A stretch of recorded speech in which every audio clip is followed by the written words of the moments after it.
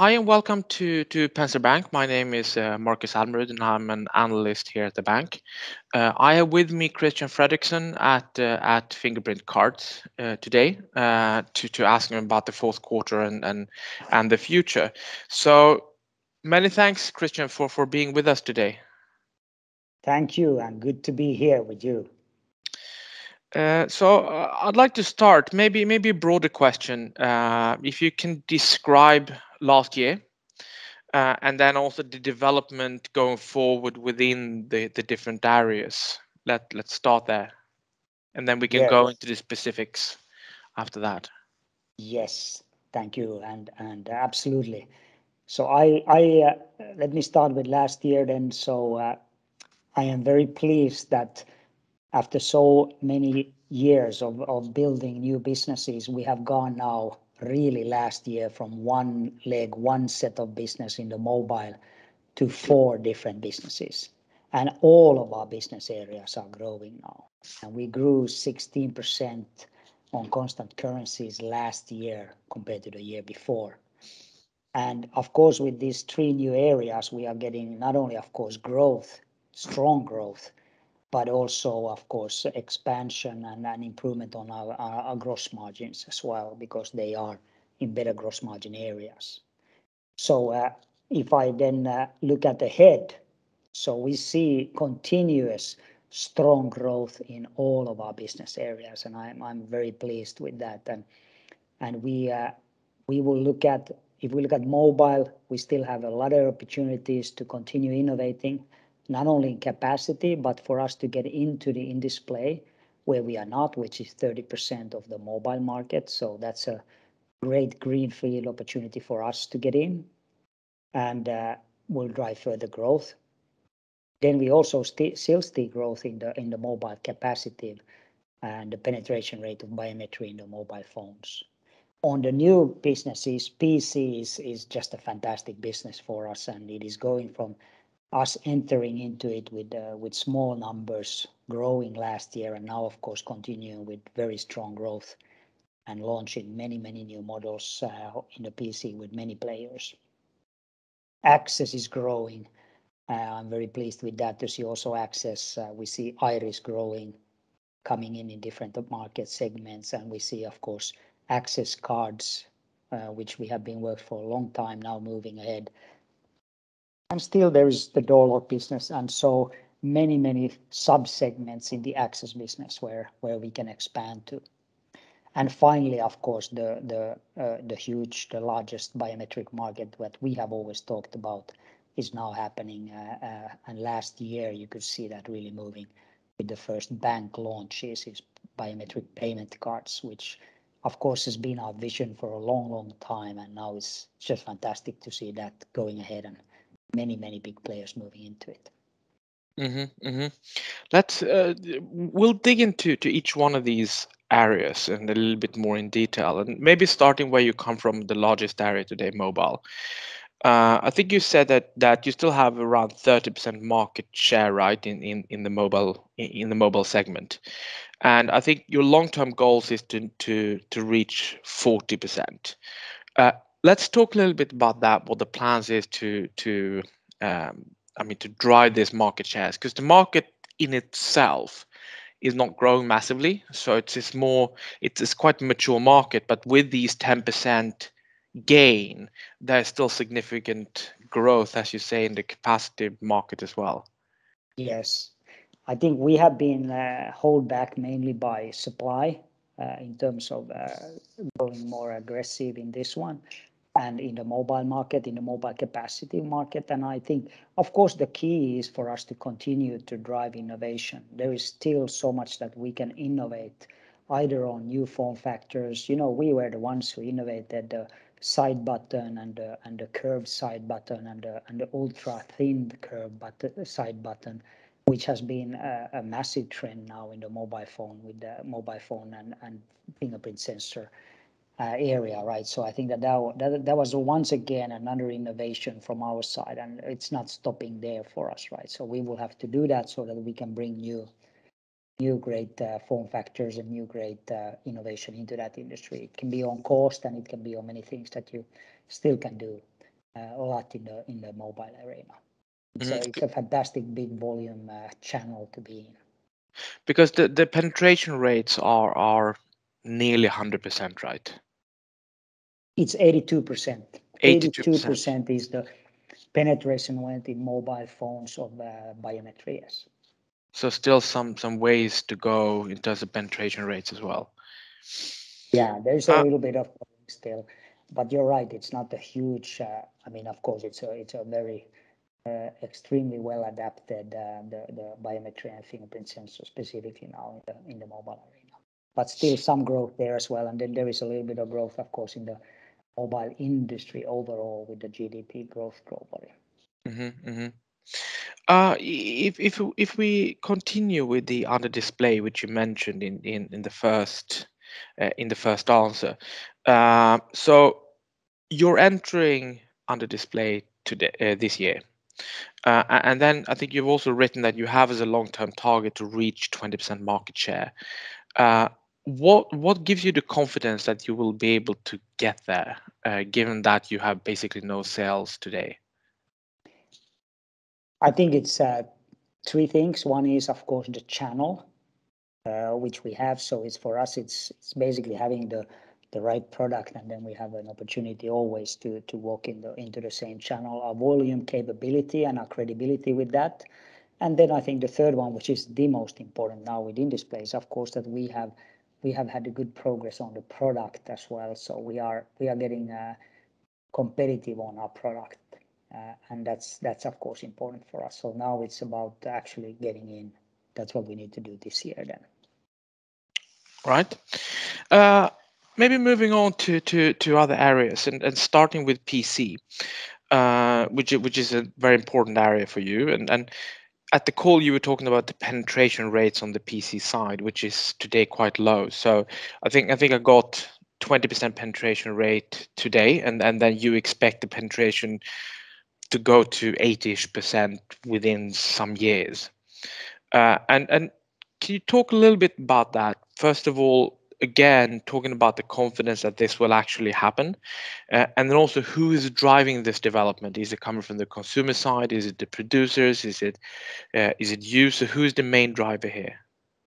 I think it is four main drivers, four of them, right? And you touched upon actually three of them already.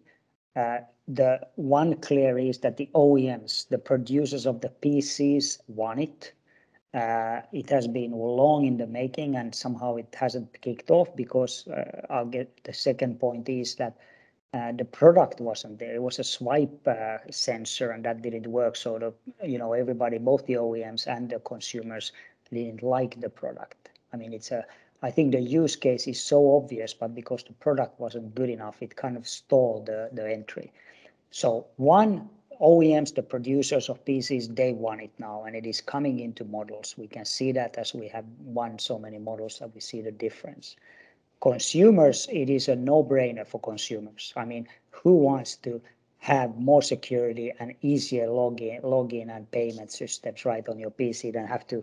Everybody hates to type in these long passwords that you have, which are anyhow easy to hack in today's world, right? So people, I think from a consumer, it just makes all the sense in the world. Then ourselves, we have done the products very good now, and that's of course what we did with the entry into this market. So the product is working. We have done everything when it comes to the performance, to the security, to the different cryptographic part that it needs to have. So the encryption or portions.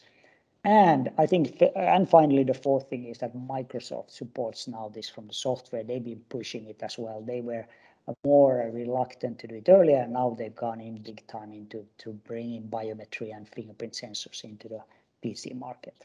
So I think all of those things are now happening at the same time. Okay, okay. And if we talk about contribution to the company and to the numbers, if I'm right, it's about 90% is today mobile, and then the others is about 10%. What should we expect? Because you see quite massive growth in this segment, and you were talking about, I think, tens of new models coming out this year with your sensors. So what should we expect that the contribution should be within a couple of years? Yes, I think that you can say, if I look at that, you can say easily, I mean, it is, I said that it's hundreds of percentages of growth. And we go from 9 models of PC launched last year to tens of models in the PC launching this year. We are looking at basically a gross margin in this PC business, which is over 40%, and a higher ASP. And I think that all of this leads to a massive growth for us. And I think that if you look at the contribution in terms of revenue to the company, we have said that you're right, that over 10% is now other business, which has been access business for us mainly. So what we're saying now is that within 12 to 18 months, PC business, access business is growing now, but PC business will come from almost nothing and become the second largest business for us in within 18 months, and it will be then over 10%, obviously, clearly more than that in the coming time, and then continuing to grow from that. And you mentioned here that the gross margin is higher in PC than is in mobile, and also the ASP is higher, which I guess is the main reason for it. If we look at the pressure on pricing, which has been quite vicious historically on mobile, do you expect it to be more stable in the PC area also when the market takes off? Yes, I think all these 3 new areas we are going, it's more stable with the pricing. This is also more in many parts. It's more complex from technically. We have memory, we have encryption in different level, own interfaces, very different requirements on security overall in the PC world. And then, of course, you have longer cycles in terms of replacing with the PC industry. And so I think that all of these together make it. And of course, that helps in this whole business, right? So I believe that, of course, there is always competition, but it is much more stable in this one. And then because of the more complex solutions, you have then higher ASP and higher gross margin. Okay. Moving on to access, which is your second largest area today, accounting for most of the 10% you said. I think you said during the telephone conference today that the access cards are starting to take off. Could you give us more color on that? Could you elaborate a little bit on that? Well, I think it's sort of, yeah, I can, just to give you an example, we have earlier, the access industry has been very much about door locks, into different buildings in China and so on. We do about 15 million units in the door lock business per year. And that is still growing now. We're getting more locks around the world. It's coming to Europe. It's coming to US. But if we then look at the access parts where, iris we have in hospital for access, but then fingerprint sensors also coming into access cards, right? So in a way, the pandemic killed this having a central fingerprint sensor for access where you put your finger and 200 other people put their finger. That whole thing is not interesting to anybody now, and also is a more difficult use case, right? But having an access card or a dongle, if you think about today's world, when you basically all the time need to look at what is your access, both physical access to your offices and logical access to your intranet and so forth in the company. So you have different kind of cards and dongles that are being used also for the physical entry. They are probably the most ridiculously easy to hack. So easy to get through these physical cards. And if you, and anybody of course can use that card if you drop it, and you don't know who walked in with that card either, who logged in with those cards, right? So both from physical and logical access. So the cybersecurity requirements are increasing. Every year the hackers get better, and you can see all the impacts globally now, what's going on wherever you actually read about it. So clearly now there is a rising factor on that. We need to kind of raise the level of these access cards and logical access cards, and putting fingerprint sensor on them just makes a lot of sense, because then we know that it's you who is logging in or into this building, or you are logging into the intranet because it's your finger that is on there, right? And it brings added security and convenience at the same time. Okay. Um, let's move into the next area. Maybe what most people find most exciting, where maybe the most massive growth in a 5-year period should be seen, the payment cards. So how many banks, could you tell us a little bit about how many banks are using the biometric card today, to date? And how do you see this market developing in 2022, 23, and also in the next 5 years? Okay. So we have, excuse me, we have launched, and there has been 6 banks that have launched globally last year, and so far in the biometric payment card industry. All 6 banks are with our sensors and our products, and they are the biggest one, if I take, are of course uh, the BNB Paribas and Crédit Agricole in France. BNB Paribas is the largest bank in Europe. Crédit Agricole is the 3rd largest bank in Europe, and they have both gone for nationwide launches, even if it has been for the more of the higher segment of the users in the beginning when they start with them. Then we have in Mexico, we have Jordania, and we have Poland, and we have in Switzerland are the bank launches so far. We have also 24 pilots with banks, which are all globally, which we are all part of, and we have tens of other banks now in the pilots and in the phases of going through this, of getting into launches and so forth. So there's a lot of activity going on in the market. Hmm. And we see, of course, that this has taken a long time. And we have always said that it's impossible for us, or it's not right for us to give the real number, every year or every quarter, because we are not the bank. We're not launching the cards. We're not putting it to the consumer's hands. But of course, we're part of the rollout, so we can see the increase. And we see that last year it happened. We saw that we are really delivering real live in the hundreds of thousands of sensors we have delivered in real use case of cards being out there. And now we are, of course, going to multiply that every year. And that's what we see happening. So there is an incredible increase coming into this market, of course. And then we see all the big players. And I mean, you just need to look at this week when Samsung came out that they're going to launch a biometric payment card, which is a great testament after all the big players of this industry, from MasterCard to Visa to Thales and GND, and from Infineon in the security elements. These are, and STM Micro. There are huge companies that are already, and now also Samsung joining us as a real credible competitor for us now, which I'm very pleased with. So over the years, you will see huge growth every year after another in this industry. We are absolutely certain, and the use case just makes so much sense for a consumer. I think that's what we have. Everybody has always understood that it makes sense, and now we can see that it's moving. And if you look at the numbers, then what we said is that after, from 2026 and beyond, we expect, half of the payment cards to have biometry, which would bring it per year to, a market of around 3 billion biometric cards per year, which is, of course, a massive market. Hmm. Hmm.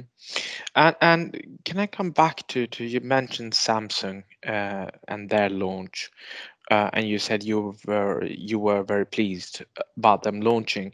I mean, aren't you worried at all about their launch? No, I'm not worried at all. I think it's extremely good. And because we knew, this is almost like you go to a football tournament that you're alone, right? You know that if you're alone there, it's probably not going to happen, right? And so then if you would worry about a real credible competition coming in, actually for me it's a sign that now Samsung, which is a huge volume player in any industry they go into, they build volumes. So it's and in the payment market they have 20% of the secure element market, right? And they are working towards that one. And we are working in, for example, Infineon, which has about 50% market share in the secure element, and STM Micro and others. So, I mean, we are in very well positioned in this ecosystem. But of course, we need to be extremely competitive when it comes to the biometric performance of the whole card, when it comes to enrollment, when it comes to the course development. and just innovation overall in this one. And we feel that this is our bread and butter. This is what we are good at. So I feel that yes, finally, great. Now we get this thing going, and we can see that, and it brings a credibility to this whole industry. That there are so many of these big players and it's not only Samsung, of course, but all the others that I mentioned that are driving this together with us. I mean, we are too small player to drive this whole change, right? So we need all that for this to happen as well. And if coming back to a question I asked about PC, we talk ASPs here, and of course it ties together with the gross margins. If you compare the different areas and mobile, I mean, you said that you don't expect the same kind of pricing pressure over time in any of the other segments that you've seen in mobile. Is that also the case here? And if you compare just level-wise without naming specific numbers, where we are in terms of ASP and gross margins for PC and for payments cards and mobile? Yeah, I think that you can say so that looking at the ASP and the development on this one. So if I'll give you that, in all the three new areas, the gross margins are clearly over 40% gross margin wise for us in this. We're not going to give any more specific what they are in with segments and so. The ASPs are very different, right? In terms of mobile, it's between it's been below $1. In PC, it's more than double to that. The ASP average, this is an average across many different product ranges. So I'm just giving a total average across it, right? And in the payment cards for us, we have said that we are talking about $3 for the module to put into a card right now, about $3 US, and the full card cost is then going now. You can go below $10 for the full card ASP. And that is still more expensive. It has come down from $20 the full card to $15. Now you can go below $10 with this. And now when you look at the roadmap that we have, we will apply the total card cost. We want to drive it from below 10 to below 7 to below 5, and even in the long run we want to get to in the around $3 for the whole card. And we will then take the sensor prices down from this $3 to anything around $1 over time. Mm-hmm. But with that we enable the volume, and these take time. It actually is because it takes because the changes in this industry are not at all in the same way. And you have to understand that because you're talking about trillions of dollars going through these payment cards and the whole ecosystem, right? So you don't easily change everything there, right? Once you have the system. So it's not with the same speed that you keep on changing the sensors. And we are driving development on many levels, of course, not only the sensor, but the whole card to drive the total card cost down. That gives you a view that in this industry as well, we are already now competitive. It is very competitive, so you can actually launch the cards. And then, of course, we will continue to develop so that you can go for these 3 billion biometric cards, right? Where you expect, of course, continuous cost erosion as well to make it possible to go to that level of production per year. Okay. Let's stay with the profitability, but maybe go a bit broader. So the gross margin development was quite impressive that you saw in the quarter, and the trend is quite clear. What are the main drivers behind this? You mentioned mix was one of the factors. So is that the key, or are there other important factors as well, which gives a big contribution to this? Well, I think it's simplified. It's two ways. One is the mixed in the mobile, where we need to bring, and that is based on innovation. So we bring new products, and that is the way. It's almost like everything in high tech, right? You need to everybody asks me about what is happening with ASP. Well, basically in any high tech industry, and especially it's accumulated in the mobile industry. You launch new products, and when over time they go down in price. So you launch new products again and with new innovation, and then there is a better ASP for those. And this keeps on rolling all the time. And that's what we do. And we bring new products and it increases the ASP, it improves on the margins, and it brings more value all the time into the ecosystem. And that's what you keep on doing. And when you keep on doing that, you can actually even, in good cases, and what we have done is you can increase the price levels even. But of course, the old products tend to go the other way, right? That's what always happens, and you have different levels of products as well in terms of what the use cases are and where they are on the phone. So you have many of this, and that's the mix. And the other one is, of course, driving gross margin development is very much, of course, all these new 3 business areas which are now growing much stronger for us, right? And when they are growing, they are all, as I said, over 40% in gross margins. So that will, of course, be the other change factor as you get more and more volume into the new things. That kind of automatically starts to shift your gross margin. And if we move down the P&L and we look at the EBITDA, so not the same kind of development in EBITDA, the operating costs have come up, and you mentioned R&D or development cost was one of the reasons. Again, same question as above. Are there others? So just give us more color on that, on the operating cost. We see EBITDA, there's always quarterly fluctuation depending on how do we take in the R&D projects and how much do we activate versus how much do we put in the OPEX. So that will fluctuate a bit on the quarters in terms of EBITDA. That is just normal for us and it's nothing. But if you look at the yearly EBITDA development, it is going up for us in the same way as the gross margin. And it is going to continue to do that. So the EBITDA is 2021, it was below 5%. 2020 was below 5%. 2021, it's in 6% range for the whole year EBITDA.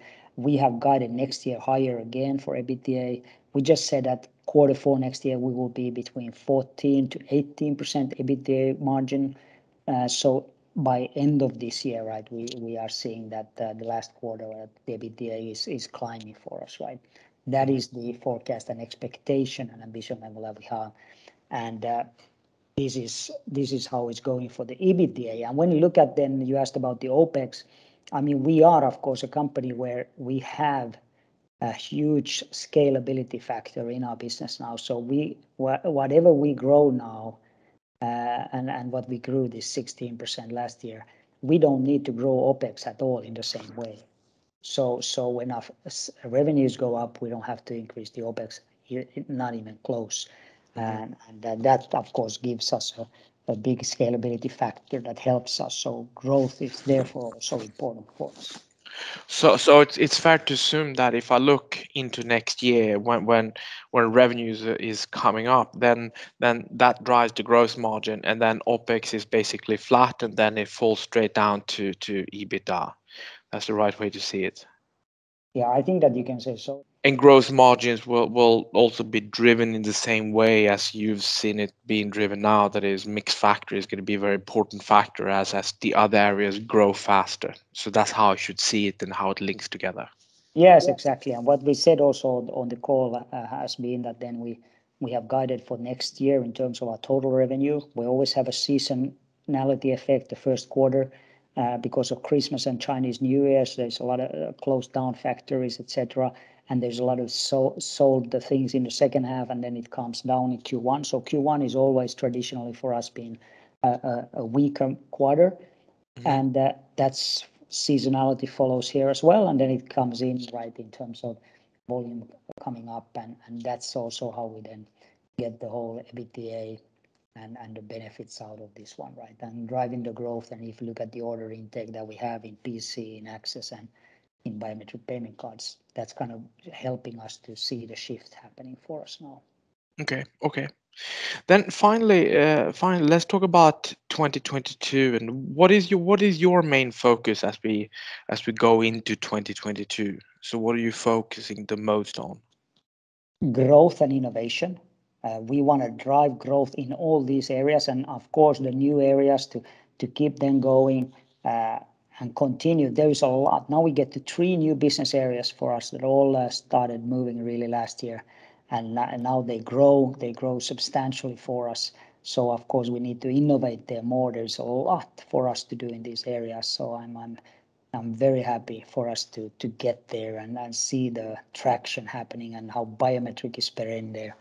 And then of course we will have to work on supply still to make sure that we have, and we have been able to do a lot, and we see that with our supply situation we can deliver these kind of growth figures, and that's what we of course need to focus on as a company, and work hard on all the new launches that we have ahead of us this year. Excellent. Well, with that, I think thank you very much for spending the time, and I'm really looking forward to see what 2022 will give us. So thanks a lot for being here and talking to me. Thank you very much. Good to be here. Thank you.